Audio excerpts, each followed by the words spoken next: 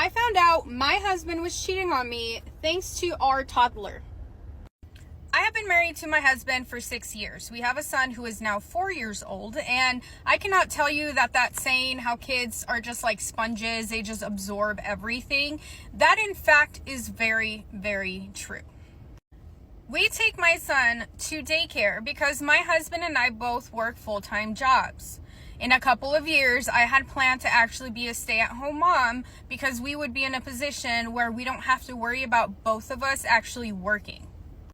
Now, when we don't take my son to daycare, we have family members who take care of our child because we only want to take him to someone that we trust, okay? Nowadays, with everything that you see, you do not want to leave your kids with just anyone.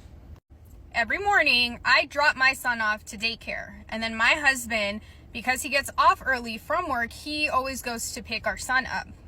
Keep this in mind. In the last couple months, my son, anytime that he's riding with me, he always says a name, okay? It's always Isti. Like Isti, and it's just when he's with me. When my husband and I are in the same vehicle, my son will not say that.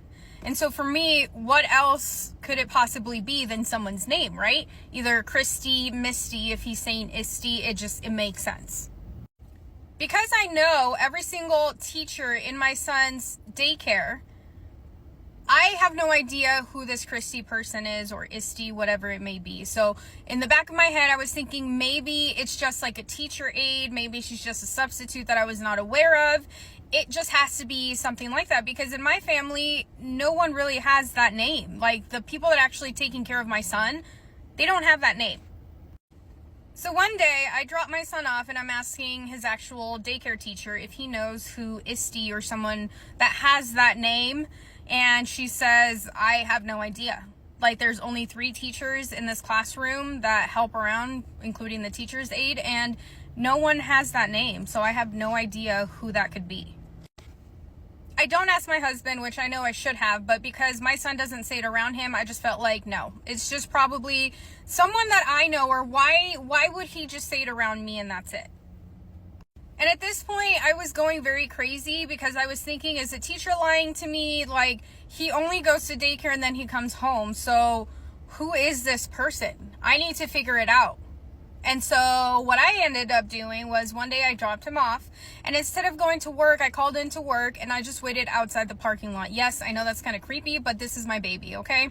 And so I waited the entire time. No one showed up. I still let my husband pick him up because I don't want him to know what I'm up to, obviously. Like, he's going to think I'm fucking crazy. So he surprises me by picking up my son with another female. I have no idea who this female is. They both get out of the vehicle to go get my son from the line, from the teacher. So the teacher knew that there was a female that was going with my husband to pick up our son, but she couldn't tell me that. Whatever. That's not her job. I understand. I'm just a little crazy at that time. And so that's what I was thinking.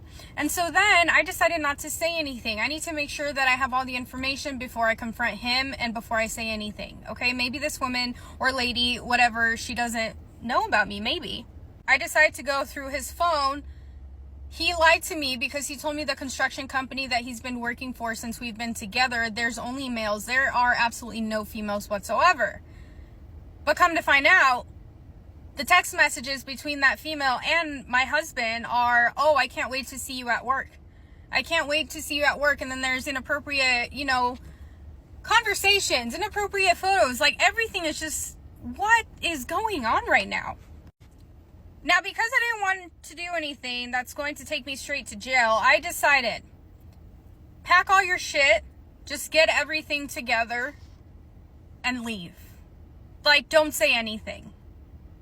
Obviously, there's our son on the line, so I can't really go that far. Like, I can probably go to my parents' house so that I can be away from this fucking POS.